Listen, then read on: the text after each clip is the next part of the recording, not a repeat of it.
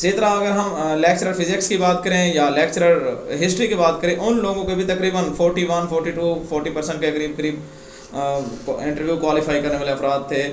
تو جو یہاں پر جو لیکچرر ایجوکیشن کا پیپر ہوا، اس کے اوپر بھی اگر آپ ٹیسٹ دے چکے ہیں، اگر آپ اس کی میرٹ کے حوالے سے گفتگو دیکھنا چاہتے ہیں تو اس کی بھی ویڈیو یہاں پر میرے چینل پر موجود ہے۔ اور یہاں پر بھی آپ لوگ جو ٹیسٹ دے کر آئے ہیں، واپس آئے ہیں، تو بہت سے لوگ یہ کہتے ہیں، کوئی کہتا ہے 70% سے اوپر جائے گا، کوئی کہتا ہے نہیں یہ بلو 50 رہے گا۔ تو ہمارے پاس ان حقائق کی روشنی میں، یعنی جو کمپٹیشن کرنے والے افراد ہیں، جو پچھلی ٹریک ہسٹری ہے، اور اس دفعہ جو ایک بڑا اہم پورشن جو نان آف دیز کا دیا گیا تھا، اکثر لوگ اس کو نظر انداز کر رہے ہیں۔ جو میری انفارمیشن ہے یا جو میرے سورسز ہیں یا جن لوگوں سے میں ملا ہوں، اس کے مطابق اس دفعہ تقریباً لیکچرر کی پوسٹوں کے اندر نان آف دیز ایک میجر پورشن کے طور پہ پیپرز کے اندر شامل ہو رہا ہے، چاہے میل کا ہے، فیمیل کا ہے، یا جس سبجیکٹ کے اندر بھی آ رہے ہیں۔ اور نان آف دیز پورشن در حقیقت یہ آپ کا ہائیسٹ لیول ہوتا ہے کمپریہنشن کا۔ ایک ہوتی ہے چیز ریممبر کرنا، ریممبرنگ میں یہ ہے کہ آپ کے پاس جو آپ کوسچن کی سٹیم پڑھتے ہیں، یعنی عبارت پڑھتے ہیں، تو آٹومیٹکلی آپ کو پتہ چل جاتا ہے کہ اس کا جواب یہ ہو سکتا ہے۔ لیکن جب آپ اس عبارت کو پڑھنے کے بعد جو ان کے آپشن ہوتے ہیں، ایک تو بالکل قریب آپشن ہوتے ہیں، دوسری بات یہ نان آف دیز کی طرف جب آپ جاتے ہیں تو اس وقت آپ نے ان پیچھے والے تینوں کو سمجھنا ہے۔ اگر ان میں سے کوئی ایک بھی آپ کو کنفیوژن ڈال رہا ہے تو آپ نان آف دیز کی طرف نہیں جا سکتے۔ اور یہاں میں کہتا ہوں یہ ہائیسٹ لیول آف کمپریہنشن ہے۔ اگرچہ ایم سی کیوز کی جو پیراڈائم ہے یا ایم سی کیوز کا جو ایک سٹینڈرڈ وے ہے، اس کے اندر یہ پروسیس نہیں ہے کہ آپ نے ایک major portion none of these دینا ہے یا آل آف دیز دینا ہے، یہ ان پیراڈائم کے خلاف ہے۔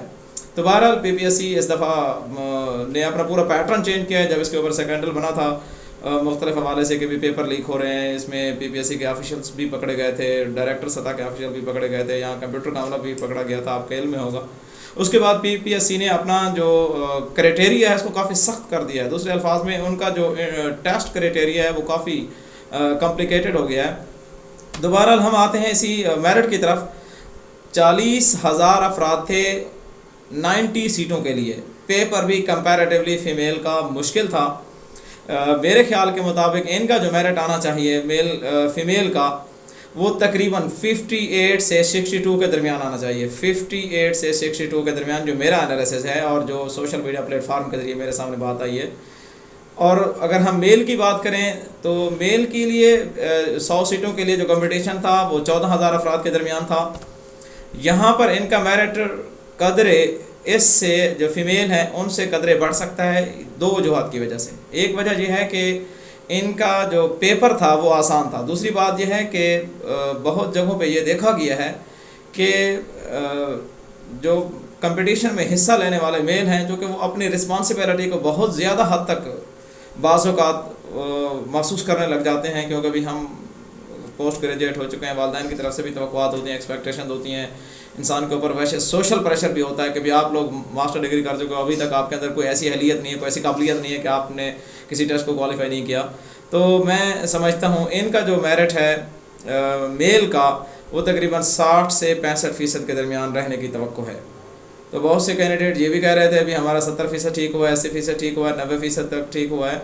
تو میں سب سے کہتا ہوں میرٹ کو آپ کسی صورت یہ نہ سمجھیں کہ آپ کا میرٹ 60 یا 65 یا 70 تک جائے گا، اتنا اوپر نہیں جا سکتا۔ میرٹ 58 سے اگر ہم دونوں کو کمبائن ملا کے بات کریں 55 سے 63 کے درمیان آئے گا، میل فیمیل دونوں کو اگر اجتماعی طور پہ اگر ہم ان کی بات کریں۔